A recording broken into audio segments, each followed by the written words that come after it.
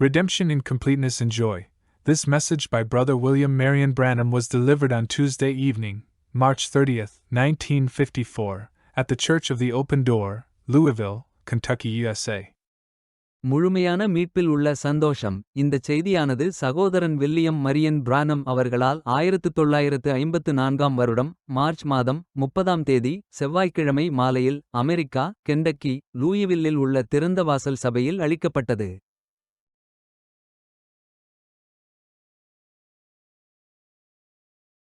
Happy tonight again to greet you in the name of our lovely Lord Jesus, the resurrected Son of God, and His presence is already here.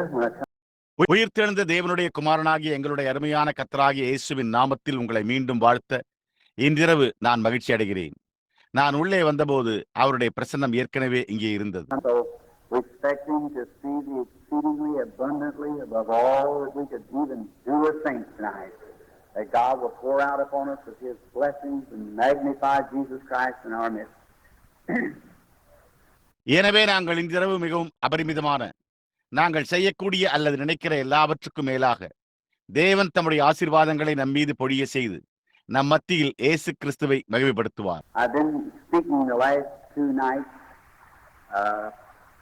Sunday night I think we had a healing service, and Monday night I was preaching, and started a subject Sunday morning in the tabernacle. கடந்த 2 இரவுகளாக நான் பேசிக் கொண்டிருந்தேன். ஞாயிறு இரவு எங்களுக்கு ஒரு சுகமளிக்கும் ஆராதனை இருந்தது என்று நான் நினைக்கிறேன். திங்கள் இரவு நான் பிரசங்கித்துக் கொண்டிருந்தேன்.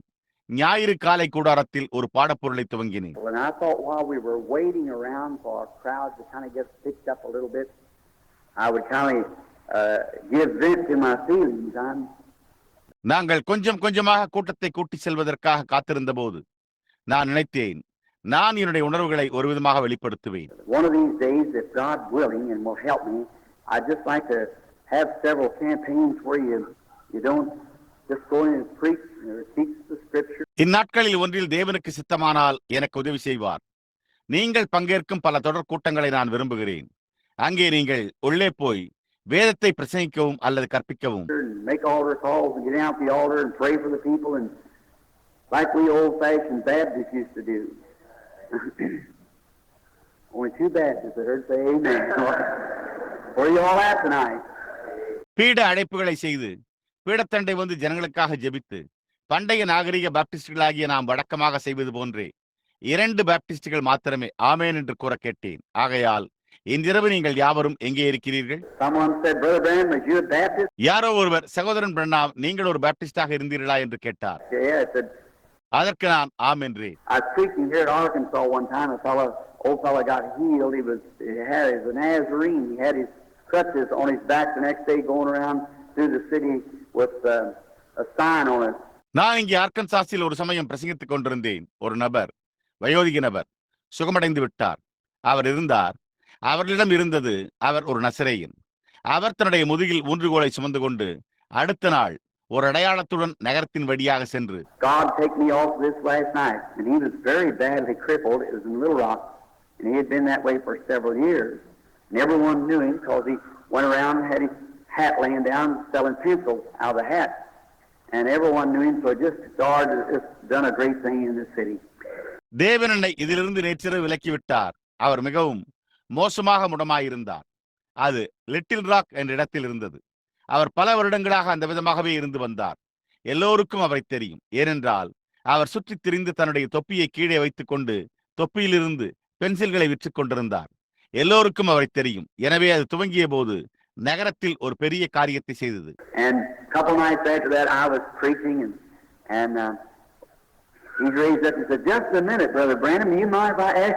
அதற்கு பிறகு 2 இரவுகள் நான் பிரசங்கித்துக் கொண்டிருந்தேன். மேலும் அவர் எழுந்தார். அவர், சகோதரன் பிரணாம், ஒரு நிமிடம் நான் உங்களை கேட்டால் உங்களுக்கு ஆட்சேபனையா என்று கேட்டார். அதற்கு நான் இல்லை ஐயா என்றேன். When I heard you preaching, I knew you was a Nazarene. He said, then I seen all the Pentecostal people around here, and somebody told me you were Pentecostal. மேலும் அவர், பாருங்கள், அவர், நீர் பிரசங்கித்ததை நான் கேட்டபோது நீர் ஒரு நசரேயன் என்று நான் அறிந்து கொண்டேன் என்றார். அவர், அப்பொழுது நான் இங்கு சுற்றிலுமுள்ள எல்லா பெந்தேகோஸ்தே ஜனங்களையும் கண்டேன். அப்பொழுது யாரோ ஒருவர், நீங்கள் பெந்தேகோஸ்தேக்காரர் என்று என்னிடம் கூறினார் என்றார். He said, I heard you say a while ago you was a Baptist. He said, I don't get it. அவர் சற்று முன்னர் நீர் ஒரு பேப்டிஸ்ட் என்று நீர் கூறினதை நான் கேட்டேன் என்றார். அதற்கு அவர், எனக்கு இது புரியவில்லை என்றார். I thought, well, that's easy. I'm a Pentecostal Nazarene Baptist. That's right. We're just believe. நான் சரி, அது எளிது. நான் ஒரு பெந்தேகோஸ்தே நசரேய பேப்டிஸ்ட் என்று கூறினேன். அது உண்மை, அது உண்மை. நாம் அப்படியே விசுவாசிக்கிறோம். Oh, friends, I don't belong to any denomination of church, and yet I belong to every one of them. When I started out on this, I said, Christ is my head. This Bible is my textbook, and the world is my church. That's what I want to be till I die. ஓ நண்பர்களே, நான் எந்த ஸ்தாபன சபையும் சார்ந்தவன் அல்ல. அதே சமயத்தில் நான் அவர்கள் ஒவ்வொருவரையும் சேர்ந்தவன். நான் இதை குறித்து பேசத் துவங்கின போது நான், கிறிஸ்துவே என்னுடைய தலையாயிருக்கிறார், இந்த வேதாகமும் என்னுடைய பாடப்புத்தகமாக உள்ளது, உலகமே என்னுடைய சபையாய் இருக்கிறது என்றேன். எனவே நான் சாகும் வரையிலும் அவ்வாறே இருக்க விரும்புகிறேன். Now, in a night or two, we'll try to start a healing service again when we get we're seeing these cots and stretchers laying around here. I'd like to see something. இப்பொழுது ஓரிரண்டு இரவுகளில் நாம் மீண்டும் ஒரு சுகமளிக்கும் ஆராதனையை துவங்க முயற்சிப்போம். நாம் துவங்கும் போதும் நிச்சயமாகவே இந்த கட்டில்களும் படுக்கைகளும் இங்கே சுற்றி கிடப்பதை காணும் போது நான் ஒன்றை காண விரும்புகிறேன். I'm so anxious for something to happen here in Louisville, Kentucky, because this is my home state. இங்கே கென்டக்கியில் உள்ள லூயிவில்லில் ஏதோ ஒரு காரியம் சம்பவிக்க கூடும் என்று நான் மிகவும் பதறல் அடைகிறேன். ஏனென்றால் இது என்னுடைய சொந்த மாநிலம். I've never had a good, what you call a good meeting in Kentucky. Now, I don't mean that with any slam. I've had plenty bad ones, plenty places, but I mean right here in my own home. It's so hard. கென்டக்கியில் நீங்கள் ஒரு நல்ல கூட்டம் என்று அழைப்பது போல் நான் ஒருபோதும் ஒரு நல்ல கூட்டத்தை நடத்தியதே இல்லை. நான் அதை எந்த அவதூறோடும் கூறவில்லை. நான் ஏராளமான மோசமான கூட்டங்களை உடையவனாய் இருக்கிறேன். ஆனால் இங்கே என்னுடைய சொந்த இடத்தில் அது மிகவும் கடினமானதாக இருக்கிறது என்று நான் பொருட்படுத்தி கூறுகிறேன். Just hard to break it. I don't know why, but I guess it's because Jesus said in your own country, how to be. That's probably the way it is. But we never get to see too many outstanding miracles. அது மிகவும் கடினமானது. ஏனென்று எனக்கு தெரியவில்லை. ஆனால் இயேசு உங்களுடைய சொந்த ஊரிலே என்று கூறினார் என்று நான் யூகிக்கிறேன். அது எப்படி இருக்கும் என்றும் அது அநேகமாக அந்த விதமாகத்தான் இருக்கும். ஆனால் நாம் ஒருபோதும் அநேக விசேஷித்த அற்புதங்களை காண முடிவதில்லை. I had a service here about a year or two ago in Jeffersonville, but it happened to be the woman was from up here in Kentucky somewhere. She had turned the chalk like from her limbs down, from her hips down to her limbs. ஏறக்குறைய 1 அல்லது 2 ஆண்டுகளுக்கு முன்பு ஜெஃபர்சன்வில்லில் எனக்கு ஒரு ஆராதனை இருந்தது. ஆனால் அந்த பெண் இங்கே கென்டக்கியில் எங்கோ இருந்து வந்திருப்பதாக தெரிந்தது. அவள் தன்னுடைய கை கால்களில் இருந்து கீழே சுண்ணாம்பு போல மாறிவிட்டாள். சரியாக கூறினால் அவளுடைய இடுப்பு முதல் கீழே அவளுடைய கால்கள் வரை. She hadn't walked for 17 years. Many of you were there that night remember the case. And she got right up and walked out of the tabernacle normally. அவள் 17 வருடங்களாக நடக்காமல் இருந்தாள். அன்றிரவு அங்கிருந்த உங்களில் அநேகருக்கு இந்த நிகழ்ச்சி நினைவிருக்கிறது. அவள் எழுந்து இயல்பாக கூடாரத்தை விட்டு வெளியே வந்தாள். Now I'd like for something to get started here in Louisville where I could see an old-fashioned revival sweep through this lovely big city. இப்பொழுது நான் இங்கே லூயிவில்லில் ஏதோ ஒன்றை துவங்க விரும்புகிறேன். இங்கே இந்த அழகான பெரிய நகரத்தினூடாக ஒரு பண்டைய நாகரிக எழுப்புதல் பரவுவதை என்னால் காண முடிந்தது. It's a city of, like all other cities, it's as wicked as all get out. You know that's the truth. I'm not hurting Kentucky because I'm a Kentuckian too. All right, but it's truth. It's wicked. இது மற்ற எல்லா நகரங்களையும் போன்றே ஒரு பட்டினம். அது எல்லோரும் வெளியேறுவது போன்ற பொல்லாங்காய் உள்ளது. அது உண்மை என்பதை நீங்கள் அறிவீர்கள். நான் கென்டக்கி மக்களை புண்படுத்தவில்லை. ஏனென்றால் நானும் கூட ஒரு கென்டக்கியன் தான். சரி, ஆனால் அது உண்மையாய் உள்ளது. அது பொல்லாதது. This is the home of all whiskeys and distilleries and wicked devices and everything like it happens right around Louisville, Kentucky here. So this is the seat of Satan. இது எல்லா மதுபானங்களுக்கும் மதுபான வடிசாலைகளுக்கும் பொல்லாத சாதனங்களுக்கும் மற்றும் அது போன்ற எல்லாவற்றுக்கும் தாயகமாக உள்ளது. அது இங்கே கென்டக்கியில் உள்ள லூயிவில்லில் நடக்கிறது. எனவே இது சாத்தானின் ஸ்தலமாக இருக்கிறது. But we can break it to pieces with the gospel of Jesus Christ if we all get together. That's right, we got to unite our powers together and push. ஆனால் நாம் யாவரும் ஒன்று சேர்ந்தால் இயேசு கிறிஸ்துவை பற்றிய சுவிசேஷத்தை கொண்டு அதை நாம் துண்டு துண்டாக உடைக்க முடியும். அது உண்மை. நாம் நம்முடைய வல்லமைகளை ஒன்றாக இணைத்து உந்தி தள்ள வேண்டும். Some time ago, a very famous evangelist in the country was said, talking about the service this year. He said, well, here's what it is. He said, when I go into a city, everything throughout the country has to sponsor my meetings or I won't go. சில காலத்திற்கு முன்னர் அந்த தேசத்தில் மிகவும் பிரபலமான ஒரு சுவிசேஷகர் இங்கே ஆராதனைகளை குறித்து பேசிக் கொண்டிருந்தார். அதற்கு அவர், சரி, அது என்னவாய் உள்ளது என்பது இங்கே உள்ளது என்றார். அவர், நான் ஒரு நகரத்திற்குள் செல்லும் போது தேசம் முழுவதிலும் உள்ள ஒவ்வொருவருக்கும் என்னுடைய கூட்டங்களுக்கு நிதியுதவி செய்ய வேண்டும், இல்லை என்றால் நான் செல்ல மாட்டேன். That's right. What do you think? I think there's perhaps 60 or 70 big Baptist churches right in Louisville. See? How about the Methodists? It's the Methodist town. Asbury being up here. அது உண்மை. சரி, சற்று சிந்தித்து பாருங்கள். லூயிவில்லில் ஒரு கால் 60 அல்லது 70 பெரிய பாப்டிஸ்ட் சபைகள் இருக்கலாம் என்று நான் நினைக்கிறேன். பார்த்தீர்களா? மெத்தோடிஸ்டுகளை குறித்து என்ன? அது ஒரு மெத்தோடிஸ்ட் பட்டணம். ஆஸ்பரி இங்கே இருக்கிறது. What would that man have if you come to this city? Just the Methodists and Baptists, let alone the Presbyterian and all. மெத்தோடிஸ்டுகள், பாப்டிஸ்டுகள், பிரெஸ்பிட்டேரியன்கள் மற்றும் மற்ற எல்லோரையும் விட்டுவிட்டு இந்த நகரத்திற்கு வந்திருந்தால் அந்த மனிதனுக்கு என்ன கிடைத்திருக்கும்? Now, how many full gospel churches is here in the city? 2 or 3 little missions down along here somewhere. Just small churches here and there, and they're at war with one another. இப்பொழுது இந்த நகரத்தில் எத்தனை முழு சுவிசேஷ சபைகள் உள்ளன? 2 அல்லது 3 சிறு ஊழியங்கள் இங்கே எங்கு உள்ளன. சிறு சபைகள் அங்கும் இங்கும் அவைகள் ஒன்றோடு ஒன்று போரிட்டுக் கொண்டிருக்கின்றன. So when you come in, you have to stand on the strength of your ministry. That's right. It isn't everybody like a politics moving in. It's on the strength of your ministry to draw from whatever the Lord will send. I like it that way.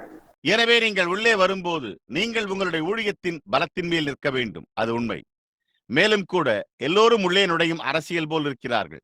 கர்த்தர் அனுப்பும் எந்த காரியத்திலிருந்தும் அதை பெற்றுக்கொள்ளும்படியான உங்களுடைய ஊழியத்தின் பலத்தின் பேரில் இது உள்ளது. நான் அதை அந்த விதமாக விரும்புகிறேன். Brother, if Jesus Christ ain't my Savior, my dependence, then I have nothing else to depend on. That's right. On Christ the solid rock I stand, all other grounds is sinking sands beneath. சகோதரனே, இயேசு கிறிஸ்து இங்கே என்னுடைய ஆதரவாய் இருக்கவில்லை என்றால், என்னுடைய நம்பிக்கையா இருக்கவில்லை என்றால், அப்பொழுது நான் சார்ந்திருக்க வேறெந்த காரியமும் இல்லை. அது உண்மை. கிறிஸ்து என்னும் திடமான கன்மலையின் மேல் நான் நிற்கிறேன். மற்றெல்லா நிலங்களும் எனக்கு அமிழ்ந்து கொண்டிருக்கும் மணலாகவே உள்ளன. I'd rather preach to 5 people that I know God had sent to hear the message than to preach to 10,000 that was politically pulled into it. That's right. அரசியல் ரீதியாக அதற்குள் இழுக்கப்பட்டிருந்த 10,000 பேருக்கு பிரசங்கிப்பதை காட்டிலும் செய்தியை கேட்க தேவன் அனுப்பியதாக எனக்கு தெரிந்த 5 பேருக்கு நான் பிரசங்கிக்க விரும்புகிறேன். அது உண்மை. I'd rather see one old-fashioned conversion get out the altar and cry and boo-hoo through than to see 10,000 stand just say, well, I'll try it. Try it. He's not a Christ. To try, he's one to accept. Live or die, sink or drown. Take him anyhow. 10,000 பேர் பீடத்தண்டை வந்து பாருங்கள், நான் அதை முயற்சிப்பேன் என்று கூறி நிற்பதை காட்டிலும் நான் ஒரு பண்டைய நாகரிக மனமாற்றத்தை காண பீடத்தண்டை மண்டியிட்டு பூ என்று அழுவதை காண விரும்புகிறேன். அதை முயற்சிக்கவா? அவர் முயற்சிப்பதற்கான ஒரு கிறிஸ்து அல்ல. அவர் ஏற்றுக்கொள்ள வேண்டிய ஒருவராய் இருக்கிறார். ஜீவித்தாலும் அல்லது மரித்தாலும், முழுகினாலும் அல்லது முழுகடித்தாலும் எப்படியும் அவரை ஏற்றுக்கொள்ளுங்கள். அது உண்மை. If I prayed for 10,000 people tonight and they all died in the morning, tomorrow night I'll be back here praying for the sick, believing God's word is right. Right. நான் இந்த இரவு 10,000 பேர்களுக்காக ஜெபித்து அவர்கள் எல்லோரும் காலையில் மரித்து போனாலும் நாளை இரவு நான் இங்கே திரும்பி வந்து வியாதிஸ்தருக்காக ஜெபிப்பேன். தேவனுடைய வார்த்தை சரியானது என்று விசுவாசிப்பேன். அது உண்மை. If I was dying and 5,000 people died 100 years ago and have been in eternity that long, rose back and come to the earth and said, Brother Branham, don't you trust it. He's not right. Don't trust it. We trusted him when we failed. நான் மரித்துக் கொண்டிருந்தால் 5,000 ஜனங்கள் 100 ஆண்டுகளுக்கு முன்பு மரித்து நீண்ட காலமாக நித்தியத்தில் இருந்து அவர்கள் எழுந்து பூமிக்கு வந்து, சகோதரன் பிரணாம், நீங்கள் அதை நம்ப வேண்டாம், அது சரியா இல்லை, அதை நம்ப வேண்டாம், நாங்கள் அவரை நம்பி சென்றோம், நாங்கள் தவறி போய்விட்டோம் என்று கூறினாலும் சரி. I'd still say, let me die in Jesus Christ. That's right. I believe it. And that's my whole heart. Everything set right in that, and I believe it with all my heart. And I depend on him. நான் அப்பொழுதும் நான் இயேசு கிறிஸ்துவுக்குள் மரிக்கட்டும் என்று கூறுவேன். அது உண்மை. நான் அதை விசுவாசிக்கிறேன். அதுவே என்னுடைய முழு இருதயமாய் உள்ளது. எல்லாமே அதில் சரியாக அமைந்திருக்கிறது. நான் அதை என் முழு இருதயத்தோடு விசுவாசிக்கிறேன். நான் அவர் பேரில் சார்ந்திருக்கிறேன். And I love his people. I love you fellow citizens of the kingdom of God, And I want to stand shoulder to shoulder with you and bear the burden. நான் அவருடைய ஜனங்களை நேசிக்கிறேன். தேவனுடைய ராஜ்யத்தின் உடன் பிரஜைகளே, நான் உங்களை நேசிக்கிறேன். நான் உங்களோடு தோளோடு தோள் சேர்ந்து நின்று பாரத்தை சுமக்க விரும்புகிறேன். Now, tonight, I give out last night. I was going to speak a little while tonight, the Lord willing. Don't want to keep you too long, tire you, because we're expecting. எப்பொழுது இன்றிரவு நான் நேற்றிரவில் கூறியிருந்தேன், கர்த்தருக்கு சித்தமானால் இன்றிரவு நான் சிறிது நேரம் பேசப் போவதாக. உங்களை நீண்ட நேரம் பிடித்து வைத்து உங்களை சோர்வடைய செய்ய விரும்பவில்லை. ஏனென்றால் நாங்கள் எதிர்பார்த்துக் கொண்டிருக்கிற God counting like a priest before the Lord for this meeting, and I'm expecting God to do something that'll start the meeting rolling right here in the city. இந்த கூட்டத்திற்காக கர்த்தருக்கு முன்பாக நான் ஒருவிதமாக வருந்தி கேட்டுள்ளேன். இந்த நகரத்தில் கூட்டம் சுறுசுறுப்பாக நடக்க தேவன் ஏதோ ஒரு காரியத்தை செய்வார் என்று நான் எதிர்பார்த்துக் கொண்டிருக்கிறேன். You pray, do your part, then when the judgment comes, we can all stand and say we did our part. நீங்கள் ஜெபித்து உங்களுடைய பங்கை செய்யுங்கள். அதன் பின்னர் நியாயத்தீர்ப்பு வரும்போது நாம் நம்முடைய பங்கை செய்தோம் என்று நாம் யாவரும் எழும்பி நிற்க முடியும். In the 20th chapter of Exodus and beginning with the 7th verse, I wish to speak just a few moments, if God will permit, on a very, well, I'd say not an outstanding subject, but a good subject. யாத்ராகமம் 20ஆம் அதிகாரத்தில் 7ஆம் வசனம் தொடங்கி நான் ஒரு சில நிமிடங்கள் பேச விரும்புகிறேன். தேவன் அனுமதிப்பாரேயானால் நல்லது. ஒரு தலை சிறந்த பொருள் அல்ல, ஆனால் ஒரு நல்ல பாடப்பொருள் என்று நான் கூறுவேன். Last Sunday at the Sunday school at the Tabernacle in Jeffersonville, we started on redemption by the blood.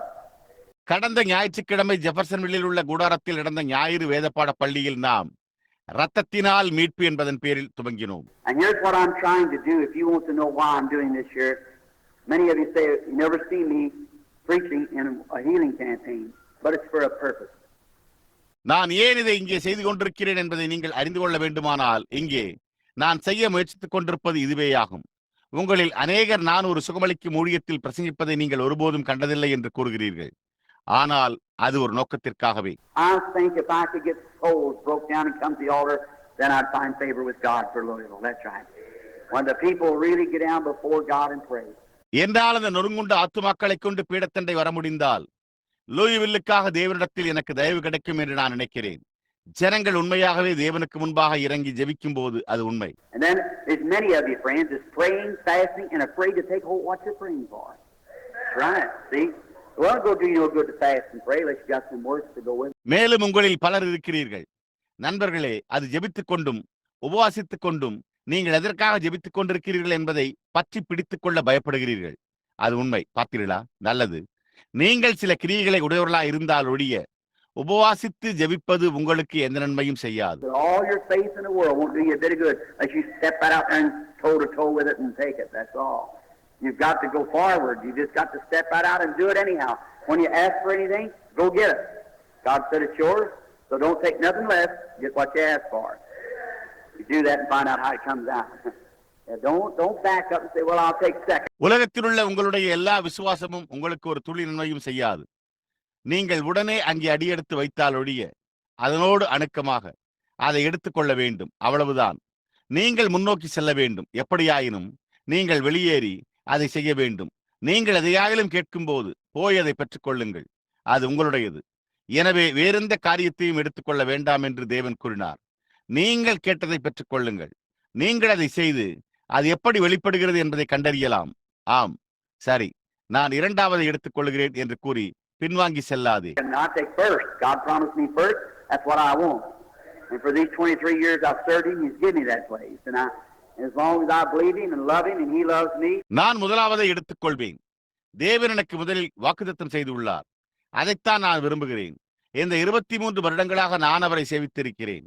அவர் எனக்கு அந்த ஸ்தானத்தை அளித்திருக்கிறார். நான் அவரை விசுவாசித்து அவரை நேசிக்கிற வரையிலும் அவர் என்னை நேசிக்கிற வரையிலும். It'll be just that way because He's obligated to His word. Whatsoever things you desire when you pray, believe you receive it, you shall have it. That's what He said. Is that right? That's good. All right. அது அந்த விதமாகவே இருக்கும். ஏனென்றால் அவர் தம்முடைய வார்த்தைக்கு கடமைப்பட்டவராயிருக்கிறார். நீங்கள் ஜெபிக்கும் போது நீங்கள் பெற்றுக்கொள்வீர்கள் என்று விசுவாசியுங்கள். நீங்கள் வாஞ்சிக்கிறவைகள் யாவையுமே பெற்றுக்கொள்வீர்கள். அதைத்தான் அவர் கூறினார். அது சரியா? அது நல்லது, சரி. I like to hear you say amen. You know, Sister Hoover, amen means so be it to me, you know. And I go to speaking, I don't hear nobody say amen. I get all puzzled. நீங்கள் ஆமேன் என்று கூறுவதை நான் கேட்க விரும்புகிறேன். உங்களுக்கு தெரியும் சகோதரி whoever, ஆமேன் என்பது எனக்கு அப்படியே ஆகட்டும் என்று பொருள்படுகிறது. உங்களுக்கு தெரியும், நான் தொடர்ந்து பேசுகையில் ஆமேன் என்று யாரும் கூறுவதை நான் கேட்காவிட்டால் நான் முழுவதுமாக குழப்பமடைந்து விடுகிறேன். Here some time ago I was preaching in a little church and I was just, I haven't got very many pulpit manners according to the theology of the day, so I guess I got a little unruly. இங்கே சில காலத்திற்கு முன்பு நான் ஒரு சிறு சபையில் பிரசங்கித்துக் கொண்டிருந்தேன். மேலும் நான் அநேக பிரசங்கப்பீட முறைகளை உடையவனாய் இல்லை. அன்றைய வேதசாஸ்திரத்தின்படி நான் யூகிக்கிறேன். எனவே நான் கொஞ்சம் கட்டுக்கடங்காமல் இருந்தேன் என்று நான் யூகிக்கிறேன். I think I jumped up on the pulpit like that and grabbed the microphone in my hand and sat there, my feet swinging off preaching as hard as I could. I come to myself. I didn't know what I was doing. And a few minutes I got lost again. I found myself down the middle of the aisle rolling up my trouser leg. நான் மேடையில் குதித்து விட்டேன் என்று நினைக்கிறேன். பிரசங்க மேடையில் அப்படி என் கையில் இருந்த ஒலிபெருக்கியை பிடித்தேன். அங்கே அமர்ந்திருக்க, என்னுடைய கால்கள் ஆடிக்கொண்டிருக்க, என்னால் முடிந்த அளவு கடினமாக பிரசங்கித்தேன். நான் சுயநினைவுக்கு வந்தபோது நான் என்ன செய்து கொண்டிருந்தேன் என்று எனக்கு தெரியவில்லை. ஒரு சில நிமிடங்களில் நான் மீண்டும் சுயநினைவை இழந்து விட்டேன். நான் சுயநினைவை அடைந்தபோது இடைக்கடியின் நடுவில் என் கால் சட்டையை சுருட்டிக் கொண்டிருந்தேன். I'd like to stay there a while. That's one thing I'd like to say. It was somewhere that I sure was enjoying myself. I just lived off of it for several days afterwards. ஏனென்று எனக்கு தெரியவில்லை. ஆனால் நான் உண்மையாகவே அங்கே சிறிது நேரம் தங்கியிருக்க விரும்புகிறேன். அந்த ஒரு காரியத்தை தான் நான் கூற விரும்புகிறேன். நான் நிச்சயமாகவே எனக்குள்ளாக கலிகூர்ந்து கொண்டிருந்தது எங்கோ இருந்தது. அதன் பின்னர் நான் அதிலிருந்து பல நாட்கள் வாழ்ந்தேன்.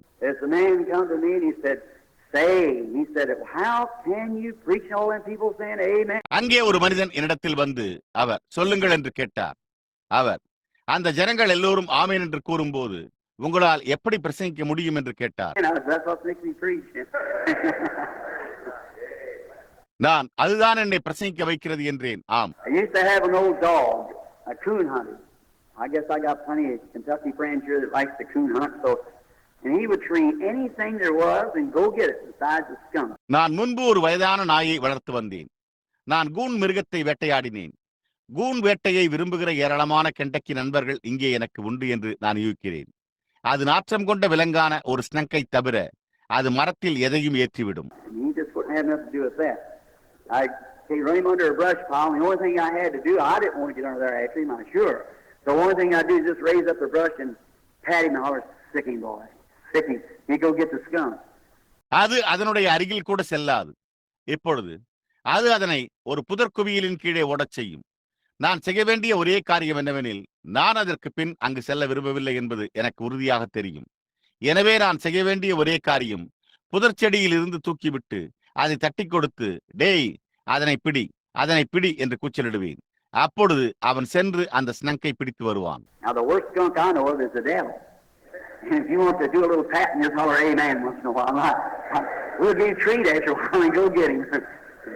இப்பொழுது எனக்கு தெரிந்த மிக மோசமான ஸ்னங்க் பிசாசே. நீங்கள் சற்று தட்டி கொடுக்க விரும்பினால் எப்பொழுதாவது ஒருமுறை ஆமேன் என்று கூச்சலிடுங்கள்.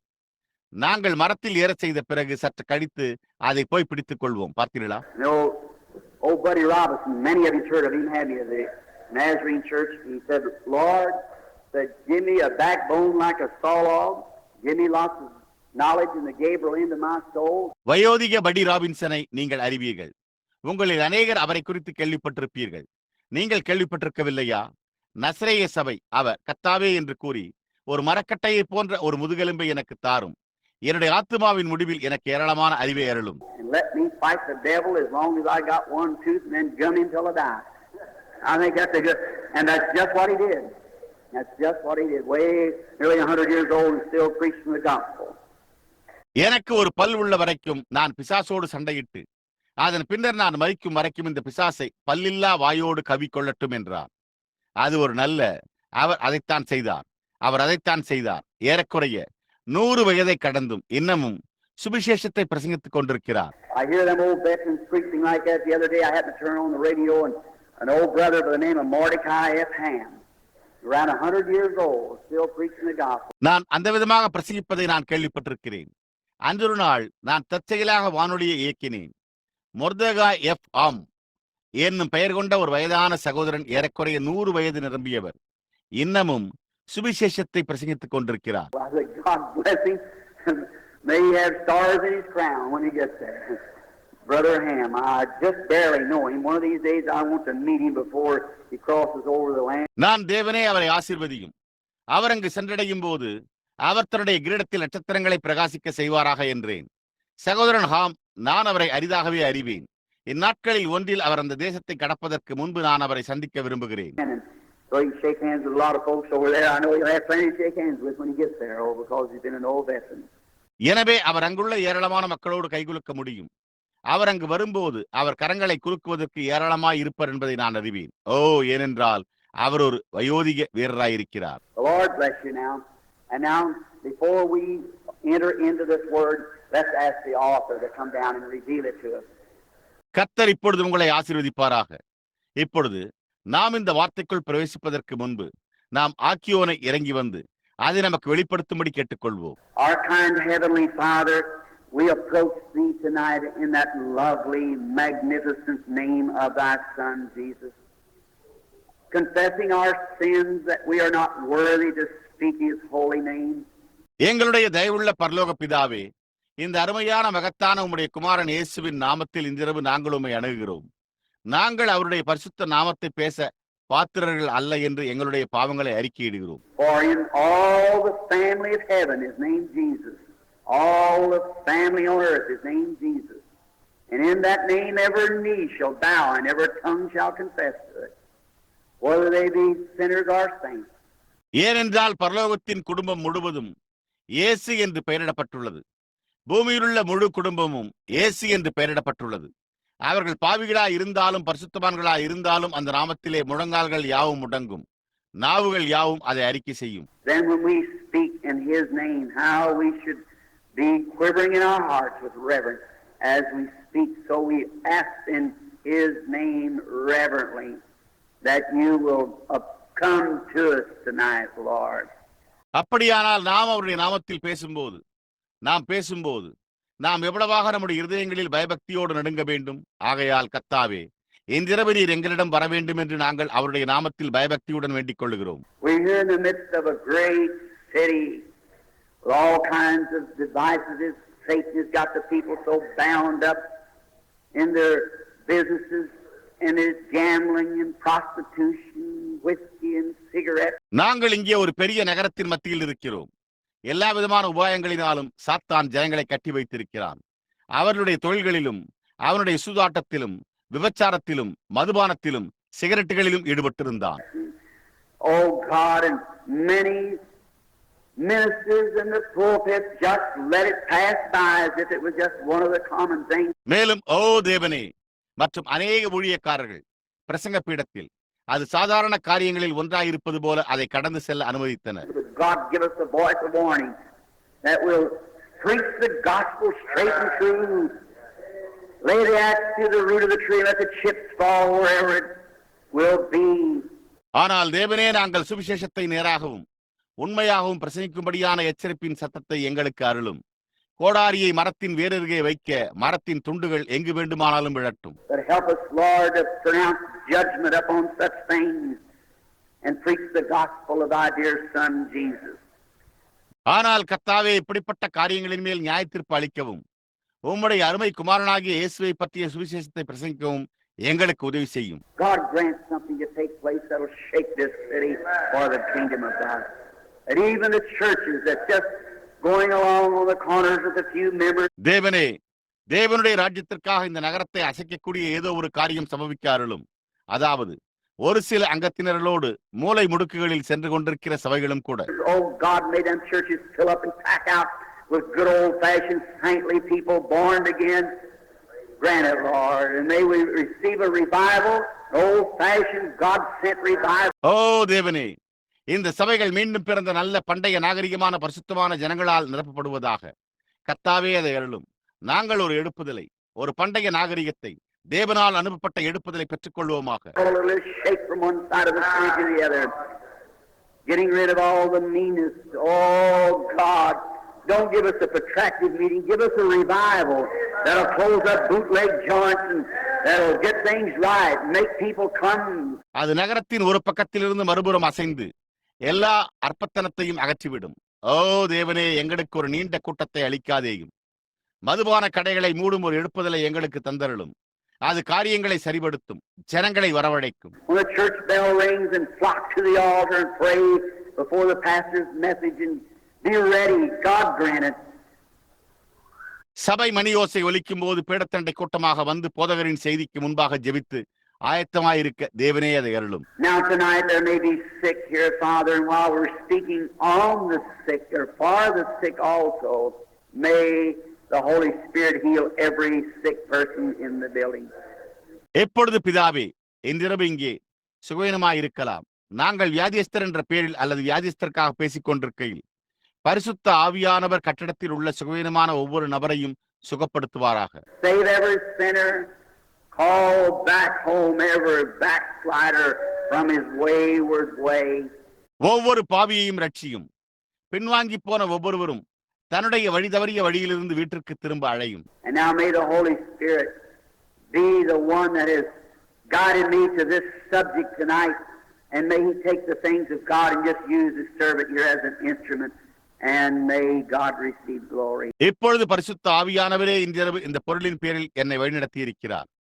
அவர் தேவனுடைய காரியங்களை எடுத்து எங்கே தம்முடைய ஊழியக்காரனை ஒரு கருவியாக உபயோகித்து தேவன் மகிமையை பெற்றுக் கொள்வாராக. For we ask it in His name.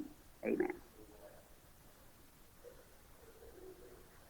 நாங்கள் இதை அவருடைய நாமத்தில் வேண்டிக் கொள்கிறோம். ஆமென். In the 7th verse of the 20th chapter of Numbers, we read this. என்னாகமம் 20ஆம் அதிகாரம் 7ஆம் வசனத்தில் நாம் இதை வாசிக்கிறோம். And the Lord spake unto Moses, saying, கர்த்தர் மோசேயை நோக்கி, Take the rod, and gather thou the assembly together, thou and Aaron thy brother.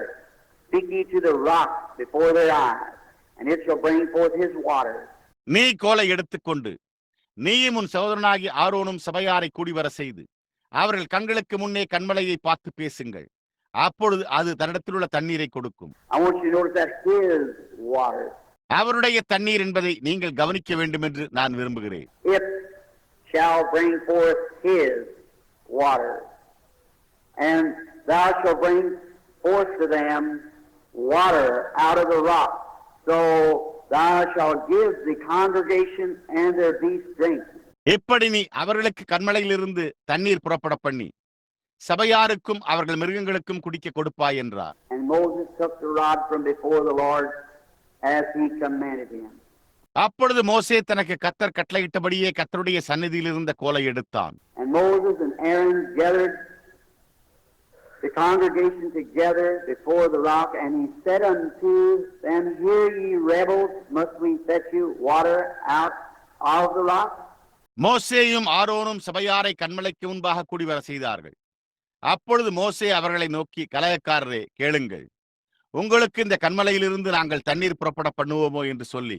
And Moses lifted up his hand, and with his rod he smote the rock thrice, and the waters came out abundantly, and the congregation drank, and their beasts also. தன் கையை ஓங்கி கண்மலையை தன் கோலினால் 2 தரம் அடித்தான். உடனே தண்ணீர் ஏராளமாய் புறப்பட்டது. சபையோர் குடித்தார்கள், அவர்கள் மிருகங்களும் குடித்தது. May the Lord take these few words now as we go back to our subject from last night and bring it up to this, God willing. கர்த்தர் இப்பொழுது இந்த சில வார்த்தைகளை எடுத்து தேவனுக்கு சித்தமானால் நேற்றிரவில் உள்ள நமது பொருளுக்கு நாம் திரும்பி சென்று இதை கொண்டு வருவோமாக. And now I want all the sick that's in here tonight. Billy never gave out any prayer cards today because I told him not to. I said, just go over, Billy, and tell Brother Cobbles and just let me. இப்பொழுது இன்றிரவு இங்குள்ள எல்லா சுகவீனமானவர்களையும் நான் விரும்புகிறேன். இப்பொழுது பில்லி இன்றைக்கு ஜெப அட்டைகளை கொடுக்கவே இல்லை. ஏனென்றால் நான் அவரிடம் ஜெப அட்டைகளை கொடுக்க வேண்டாம் என்று கூறிவிட்டேன். நான் பில்லி, சகோதரன் காபிலிடம் போய் சொல், என்னை விட்டு